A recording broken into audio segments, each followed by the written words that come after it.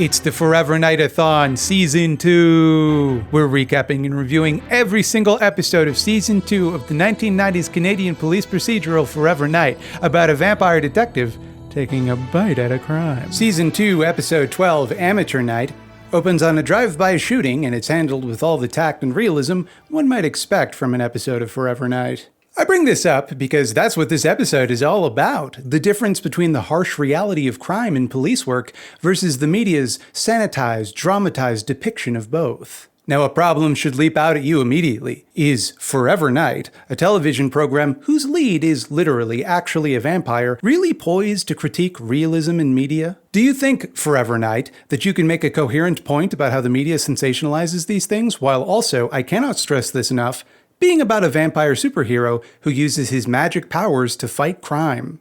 Normally I try to reserve this type of criticism until after the recap, so that it's properly contextualized, but it is simply unavoidable here. It is so clear from the jump that this is what the episode's point is, like, right away. We are expected to believe that Nick's investigation into this gang-related shooting is hamstrung by the absence of Donald Skanky. Skanky is not available for reasons we are not yet privy to, and now Nick can't do nothing because Skanky's the one who knows all about the gang scene in Toronto. All the gang members like and relate to Detective Donald Skanky, so already my suspension of disbelief is shattered beyond repair. Skanky, it turns out, is taking his vacation days early so that he can act as a police consultant on a movie. Characteristically, he keeps interrupting with little nitpicks. The dialogue's not quite in the ballpark. I mean, it sounds like it was written by a white guy in the suburbs. Forever Knight, I love you, I do, but you must not make this criticism. Need I remind you that but one episode ago, you had a parole officer working with at-risk inner-city youths, rappelling from the ceiling to teach them that, like, on the street, you have to expect the unexpected. You are in no position to do what you are attempting to do here. So basically the plot of this episode is that the main actor lady, Alex Logan, Alex with an I, Hollywood, played by guest star Lori Patton, decides she wants her movie to be more accurate to real life, and she demands to ride along with Nick and Skanky. Nick reluctantly agrees in exchange for Skanky's considerable gang expertise, which we are still expected to believe he possesses.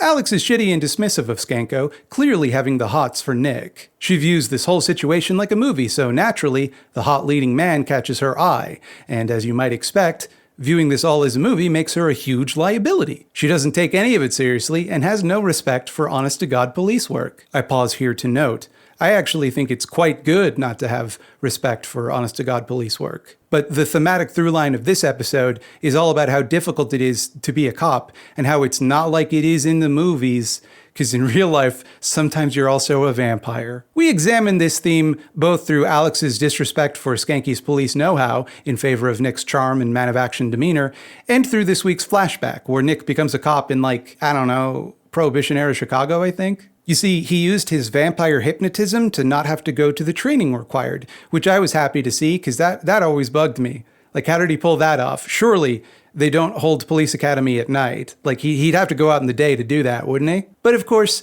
this comes back to bite him when his inexperience nearly gets his partner killed. Nick decides he has to do things the right way. He has to go back and get the training, re-raising my concerns about sunlight that the show had just resolved in a very straightforward, elegant way. Because you see, being a cop is so demanding and requires such skill and competence that even Nick, a centuries-old superhero vampire, has to pay his dues and go to cop school to learn to do whatever the fuck cops actually do all day. Anyway, Captain Cohen gets mad that Nick and Skanky are bringing this random celebrity with them while they do police stuff. That's not appropriate. She tells them to stop, but Alex goes over her head and gets the police commissioner or something to give her special permission to be around. She's there when Skanky is questioning his CI about the drive-by. The CI, by the way, goes by the name Keys, because on the streets, everybody has a memorable nickname. It sounds like it was written by a white guy in the suburbs. And this guy, the reason he's called Keys is because he's always carrying keys around. How very street of him to do. It's not like keys has a double meaning they might want to have considered. You can't pretend like they didn't know. The writers clearly were familiar with cocaine. Keyes only has so much info. Wise, humble, respectful Skanky accepts this situation. But Alex, naive as she is to the ways of crime, follows Keyes and demands that he give her more information. And he's like, yeah, okay, sure. Sure, I'll do that. Meet me here later. I'm not going to do it right now. Come back later and I'll give you lots of extra juicy deets. And she's smug about that, but when she and her pig friends arrive later, Keyes has been the victim of a murder most foul. Oh, the tragedy of it all. If only she had listened to Skanky, if only she had respected his expertise and recognized the consequences of interfering with the difficult, demanding work of a police guy. Does feel to me like it's at least partially on Keyes, though. Don't know why he refused to answer the question for the cop that he trusts inside a police station, but was willing to look like a snitch to this random woman outside in broad daylight. Anyway, blah, blah, blah. Skanky solves the case and avoids a gang war by de-escalating it. What he does is he shouts at the guy who did it and makes him really upset while he's holding a loaded gun ready to unload and shoot everybody. And that's, I think we can agree, an example of de-escalation.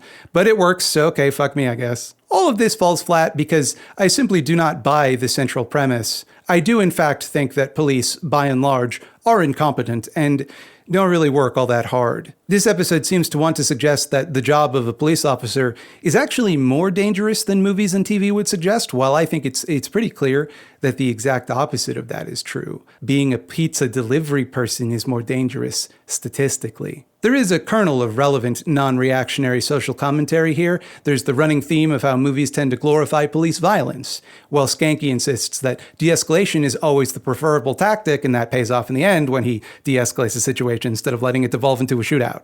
And that's something the episode could have done with more of. It could have focused on that a bit harder, the ways that the media tends to preemptively excuse and romanticize police brutality, and how a healthier media ecosystem would instead take pains to make sure that even if you believed your story required a violent conclusion, your heroes would, at the very least, be trying to avoid that violence because that is the heroic thing to do. It's also pretty gratifying for me personally that this episode doesn't treat Skanky's obsession with showbiz as a joke. He gets a nice little moment where you realize that his desire to be involved in movies isn't just vanity, but rather a genuine passion he's always had. There was a part in season 1 where everybody made fun of him for wanting to be an actor, and this makes them look like huge assholes in hindsight. And in the end, he even gets to make a little cameo in the movie they're making, which is sweet. They were indeed wise to go in this direction, because if this episode were otherwise all about how dedicated and selfless cops are, the question we'd all be asking is, well then why is Skanky putting this whole case in jeopardy by indulging Alex? That would seem frivolous and counter to the message. And I guess it still kind of is, but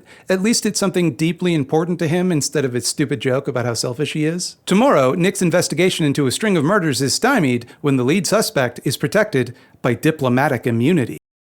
To my web puppets over on Patreon, we've got Wolfman Jack, Cooper Holmes, Joe McClory, Liz Widow, C.H. Phillips, Gideon, David Kaler, and Andrew Roger. And I, Bobby Duke, the star of the channel, would like to thank these other people who's also the stars of the channel. We got Jay Torney, Connor Patrick Griffin, Rachel Ratt, Kato Moore, Carpad, Josh Manes, and Hyla Tracy. Hope you're enjoying this forever night shit that Mildo insists on doing every year. I don't really get it myself. I don't know. I'm trying to reduce my screen time. That's just me, though, you know? Like, who cares about some show from the 90s nobody's ever heard of?